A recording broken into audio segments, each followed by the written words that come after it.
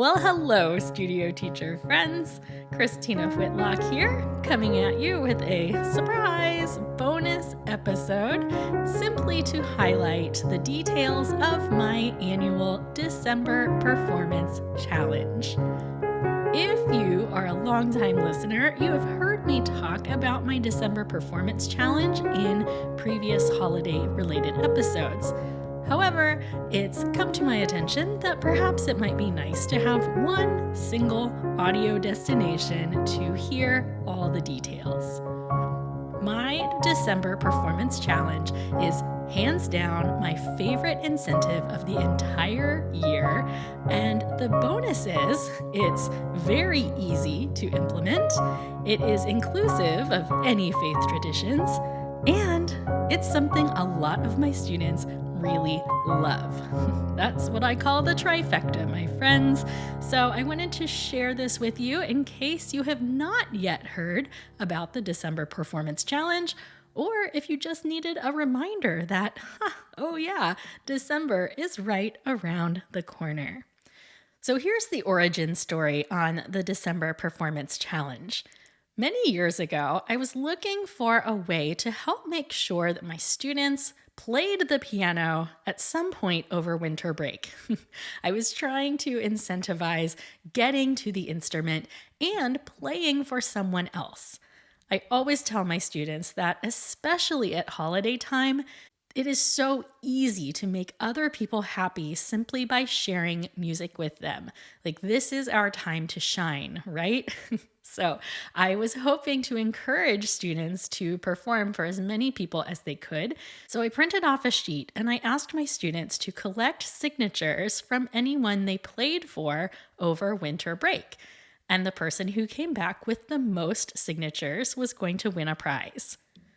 It was a little slow starting off at first, but then the next year, and then the next year, and the next year, my students were incredibly enthusiastic about it. So it has grown to be a bona fide thing in my studio, and students look forward to it each year. They are constantly dreaming up ways that they can get more and more signatures. And I just love that this fun little competition I've built into my studio is actually resulting in some really incredible sharing of music. I always hear from random people in my community that come up to me and say, "Oh, you know what? So-and-so is my neighbor, and they came over to my house and played me the piano just so I would sign their paper." Or, school principals will send me an email and say, "Oh, so-and-so asked me if they could play piano for me after school." And I was really surprised that they asked, but I signed their paper for them. And on the stories go. So I have just loved this challenge, and I began sharing it online a few years ago when I launched this podcast.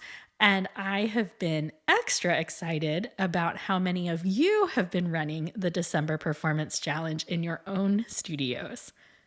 Because my students took it and ran with it so much, I did eventually extend it from simply a winter break performance challenge to what is now known as the December Performance Challenge, which in my studio runs from December 1st through the 31st. If you would prefer to just keep it over winter break, there's still nothing wrong with calling it the December Performance Challenge, so feel free to run with this in whatever way it works for you. And that, by the way, is actually the best part about the December Performance Challenge. It is incredibly customizable. So I'm going to share with you some of the points of how I run the December Performance Challenge. And again, I just encourage you to take what works from my ideas, gather from my experience, and then implement it in your own special way. As always, I would love to hear about it from you, so please don't be shy in sharing with me how you use the December Performance Challenge in your studio. So here is the gist. Very simply, I have students collect signatures from anyone they play for in the month of December. The student at the end of the month with the most signatures wins a prize. For me, this year, that's $50 in cash. I also award $5 prizes to anyone who achieves 25 or more signatures. This is my way of incentivizing everyone to participate enthusiastically, regardless of how intense a handful of students get with the competition. And believe me, several of mine do. Now, I have to say this, that cash is a great motivator, but I budget ahead of time for this from my registration fees that I collect in August. So if you do not have room in your budget to offer cash prizes, you can award anything that works for you and your current financial situation. This is pretty much the only incentive I run throughout my entire year. So I'm willing to throw a little bit of money at it because the idea of students sharing their music with others, especially this time of year, really matters to me. I'm willing to go all in on this. And because this has become so popular in my studio, I have learned to put some parameters in place to keep those ultra competitive students from missing the intended spirit of the challenge, right? We all have students who are very good at working a system or finding loopholes.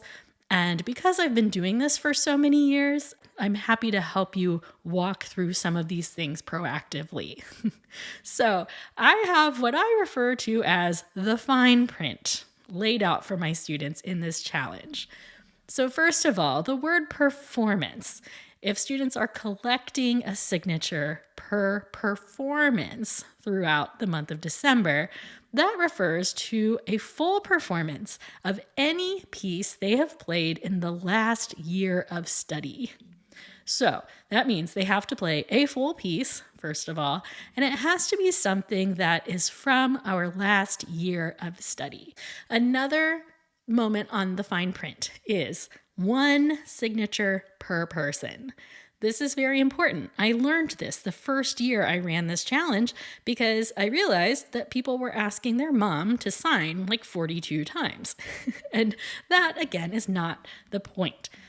I also had to stipulate that pets do not count. So no pets, no inanimate objects. I've had students ask me if they could count their Christmas trees or if they could stay up all night and play for Santa when he came to their house or all kinds of things. Students are very creative. So I try again to be clear in my fine print. I also point out that students can give virtual performances, but recorded videos do not count because what's going to happen is students will make one recording and then their family will send them out to like 50 people. And as wonderful of an idea as that is, I don't feel like that counts for 50 signatures because the point is for my students to play as many times as they can. So if they want to FaceTime or do a Zoom with a family member, that's great, but it has to be a live performance. And I allow parents to sign as proxy for any virtual performances. I assume that parents are not cheating for their students and that they are on the up and up in all reporting. Lastly, any one performance in my book counts as a maximum of 5 signatures. So this is definitely the diciest area of this challenge. This is where you're going to run into the most questions and the most misinterpretations. But I have students who will play for very large groups of people. So they'll either play for school events or large church congregations or something along those lines. And if I let them gather a signature from every person in attendance that night, that would end up making the challenge null and void, like in one night, right? Like they could wipe out the competition in one fell swoop. So I tell students that any single performance will count as a maximum of 5 signatures, meaning they can have 5 people sign any kind of group performance, but that is it. And again, that's a difficult one to communicate sometimes, but that is the rule. And I just make sure it's very clear up front. So that's the fine print on my December performance challenge. I have a few other thoughts for you today, just things for you to think about as you consider engaging in this practice. So I just want to remind you that, like anything, some of your students are going to get very excited about this and others will not. So don't be surprised if some students act indifferent to it. The results are worth it for those who do participate. I make this challenge completely optional. I let my students know that if they get to 25 signatures, I will give them $5. And no, that's not a huge amount of money. Some of them kind of roll their eyes at it because $5 doesn't mean much to them. But a lot of my students love a $5 cash incentive and, they've got financial goals and they're ready to go. And I'm pretty happy if each of my students plays for 25 people, for the record. I think that's pretty great. The more excitement you can show for this contest, the better.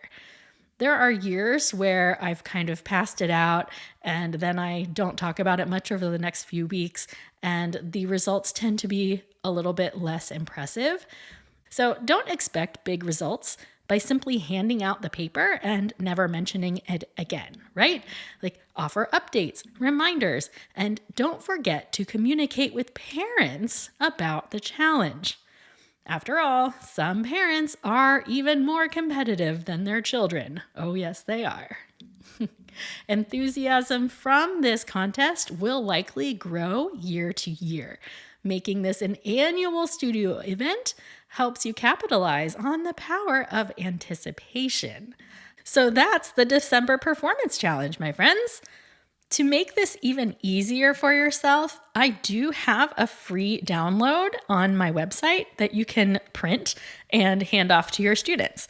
So the free download contains teacher instructions, student instructions, a signature form in color, and a signature form in black and white. And again, you can download that for free at christinawhitlock.com/December. So I hope this has given you a fun little idea moving into the rest of the year. And again, I would love to hear from you if you run the December Performance Challenge. Okay, friends, I hope you're doing something incredible this weekend or just really resting well. I will be back on Monday with a fun episode outlining my very favorite teacher gifts for the holiday season, and I know you won't want to miss that. Don't forget to head to christinawhitlock.com/December for all these details in writing and a link to the free download you can use for your own students. Again, that's my name, christinawhitlock.com/December. So we'll talk to you soon. Onward and upward, right?